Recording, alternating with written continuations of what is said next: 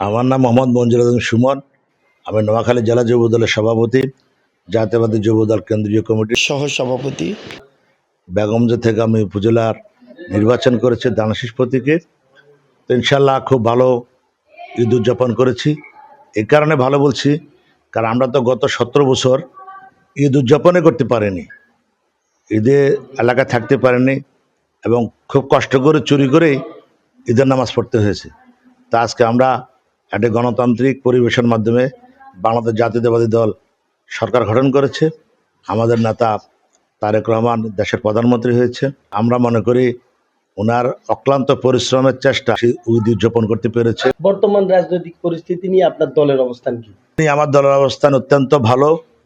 যারা নির্যাতিত হচ্ছে, নিপীড়িত হচ্ছে, সাধারণ জনগোষ্ঠীর কাছে প্রধানমন্ত্রী নিজে গিয়ে খোঁজখবর নিচ্ছেন, যার জ্বলন্ত প্রমাণ গত 17 বছর দেখলাম যে প্রধানমন্ত্রীর সাথে দেখা করতে হলে ওনার অফিসে গিয়ে দেখা করতে হতো অনেক নিয়ম কানুন মেনে। আর আমরা দেখতেছি যে সাম্প্রতিককালে একটা অপ্রীতিকর ঘটনা ঘটেছে, রামি শাহ হত্যাকে কেন্দ্র করে আমাদের প্রধানমন্ত্রী, মাননীয় স্বরাষ্ট্রমন্ত্রী সহ সরকার ঊর্ধ্বতন কর্তৃপক্ষ ওদের বাড়িতে গিয়ে খোঁজখবর নিচ্ছে। 3.5 মাসের সরকারের মধ্যে আমরা অনেক কিছু অর্জিত হয়েছি, বিশেষ করে ফ্যামিলি কার্ড, স্বাস্থ্য কার্ড, খাল খনন কর্মসূচি, কৃষি কার্ড থেকে সর্বোপরি সব ব্যাপারে মাননীয় প্রধানমন্ত্রী তদারকি করছে।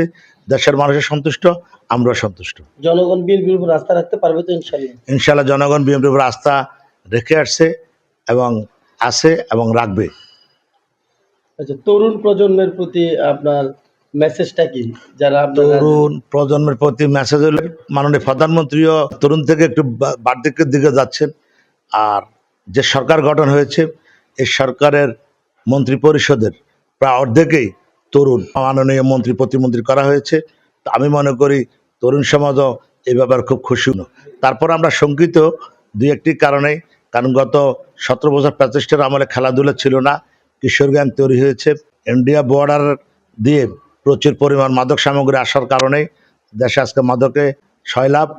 আমাদের সরকার কিশোর গ্যাং, মাদককে না বলা, সন্ত্রাসের বিপক্ষে থাকা, এটা করবেন।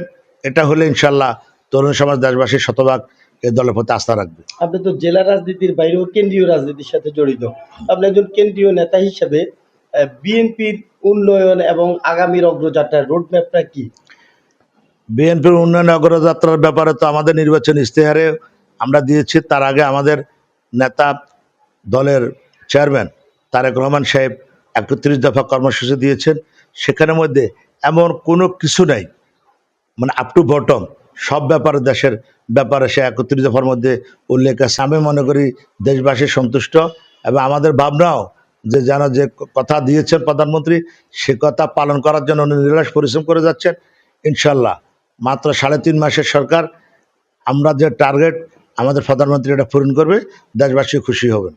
যুব দলের নেতা কর্মীদের প্রতি আপনার মেসেজটা কি?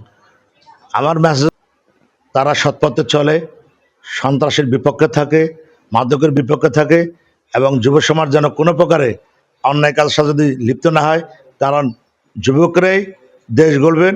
এবং সে কারণে আমাদের দলের প্রতিষ্ঠাতা শহীদ রাষ্ট্রপতি জিয়া রহমান যুব কমপ্লেক্স এবং যুব উন্নয়ন অধিদপ্তর গঠন করেছেন। সেখানে যুবকদের জন্য কর্মসংস্থান সৃষ্টি করেছে।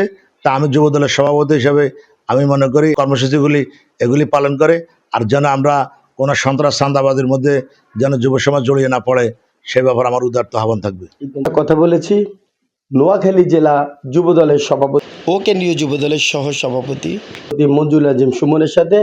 তিনি জানিয়েছেন প্রধানমন্ত্রী তারেক রহমান এই দেশের উন্নয়নে বিভিন্ন পদক্ষেপ গ্রহণ করেছে, যে রোড ম্যাপ দিয়েছে সেই রোড ম্যাপের বাস্তবায়ন শুরু করে দিয়েছে। নেতাকর্মীদের প্রতি আহ্বান জানিয়েছেন আইনের প্রতি শ্রদ্ধাশীল হয় এবং দলীয় সাংগঠনিক কার্যক্রম পরিচালনা করার জন্য। চৌমুহনী থেকে নাসির উদ্দিন মিরাজ ভূঁইয়া।